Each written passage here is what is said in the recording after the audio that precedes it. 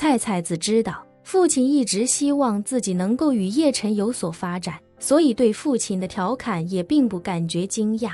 而且他也没有非常羞涩，反而是气鼓鼓地埋怨道：欧多桑要是想住酒店，我现在就给你订一间，你可以在酒店一直住到我们回日本，若是还不够的话，我可以买一家酒店给欧多桑住。伊藤雄彦嘿嘿笑道：菜菜子，欧多桑就是开个玩笑，你千万不要介意。说着他连忙又道：哎呀，欧多桑要开始打球了，你先招待叶先生，我们暂时就先不回去打扰你们说正事了。菜菜子见父亲没再胡乱调侃，便也没多说什么，与父亲告别之后便急忙出门，准备到地库迎接叶晨。他在电梯厅按了向下的按钮，电梯便从顶层下来，随即很快打开梯门。电梯门打开的那一瞬间，菜菜子发现里面已经站了一位非常漂亮的知性美女。这美女身材高挑，长发披肩，穿着一身职业套装，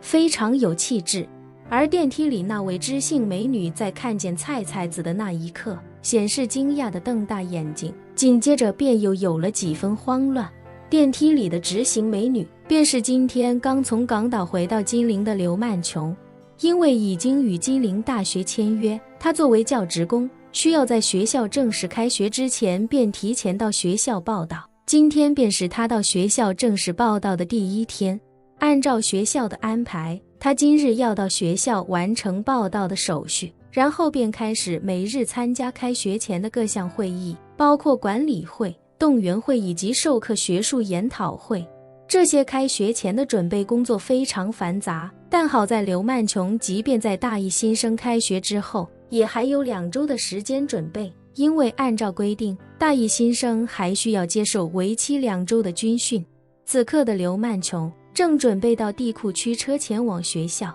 但没想到刚进电梯，电梯便在下一层停住。更没想到的是，门外站着的女人竟然是当日自己在贤姐车里看到的，与叶晨走在一起的那个超级美女。那天在车里看到菜菜子的时候，刘曼琼便对菜菜子惊为天人，可今天她才知道，原来这个与叶晨关系非常亲密的女人竟然就住在自己楼下。伊藤菜菜子眼见刘曼琼看自己的眼神颇为惊讶，出于礼貌非常客气地说道：你好，请问你是住在顶层的邻居吗？刘曼琼没想到伊藤菜菜子竟然主动跟自己说话，连忙有些慌乱地说道：是，我是住在顶层。伊藤菜菜子微微一笑，主动伸出手去道：幸会幸会，我是你楼下的邻居。刘曼琼故作轻松地笑着点头，见菜菜子没按楼层按钮，便好奇地问她：你也去地库？菜菜子点了点头，随口道：我去接一位朋友。你呢？打算出门？刘曼琼一听菜菜子说要接朋友，第一个念头便是他接的很可能就是叶晨，于是心里顿时有些紧张，连忙按下一层，开口道：我是打算去上班的，不过差点忘了我车有点小问题，我还是从1楼出去打车吧。菜菜子也没多想，礼貌地冲他笑了笑，见他手里拿着印有金陵大学字样的文件夹，便好奇地问道：请问你是在金陵大学工作吗？刘曼琼点了点头，道：我在金陵大学做老师。菜菜子竖起大拇指来，称赞道：能在金陵大学教书，肯定是博士学位了，真是了不起。刘曼琼捋了捋发丝，谦虚又局促地说道：博士学位也没什么了不起的，现在有博士学位的实在是太多了。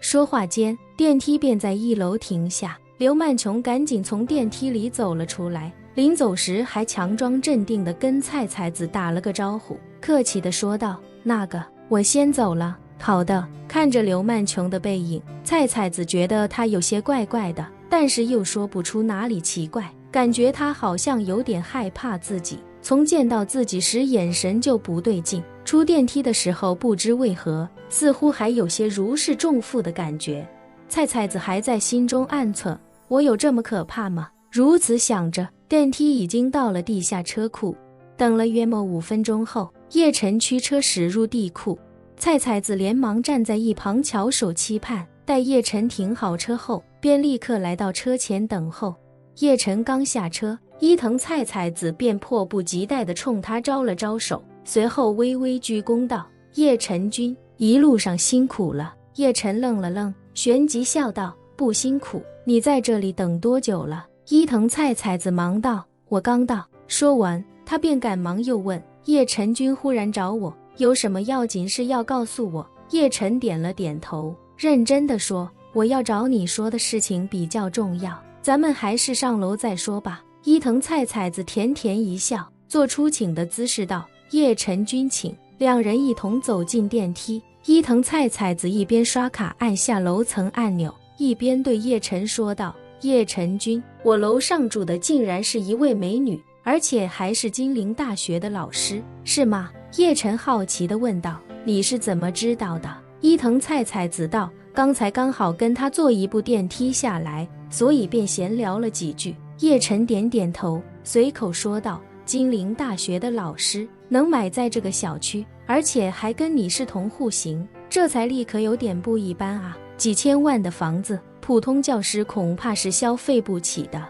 更何况你说她是美女，估计应该很年轻，年轻人更难有什么积蓄，大概率是个富二代。”伊藤菜菜子赞同地说道：“叶晨君分析的有道理，我看他气质很好，应该是从小养尊处优，悉心培养的。”叶晨嗯了一声，便也没再往心里去。这时电梯也刚好到了菜菜子家所在的楼层，梯门打开，菜菜子便邀请叶晨进了房间。此时的菜菜子已经在客厅准备好了茶道所需的茶具，一进门便开心地对叶晨说道：“叶晨君请坐，我帮你沏茶。”叶晨点了点头，与菜菜子隔着茶盘对面而坐，随后便开口问道：“菜菜子，你最近还时常习武吗？”菜菜子不知叶晨为何忽然问起这个，如实说道：“最近很少有机会习武了，自从欧多桑让我负责家族事务，我就很难再抽出时间像以前那样习武。现在每天除了抽点时间练练肢体灵活度之外，几乎没怎么再练了。”说着，他问叶晨：“叶晨君为何忽然问起这个？”叶晨微微一笑，问他：“菜菜子，你想学习武道吗？”本期视频结束，欢迎订阅我的频道，这样就不会错过精彩内容。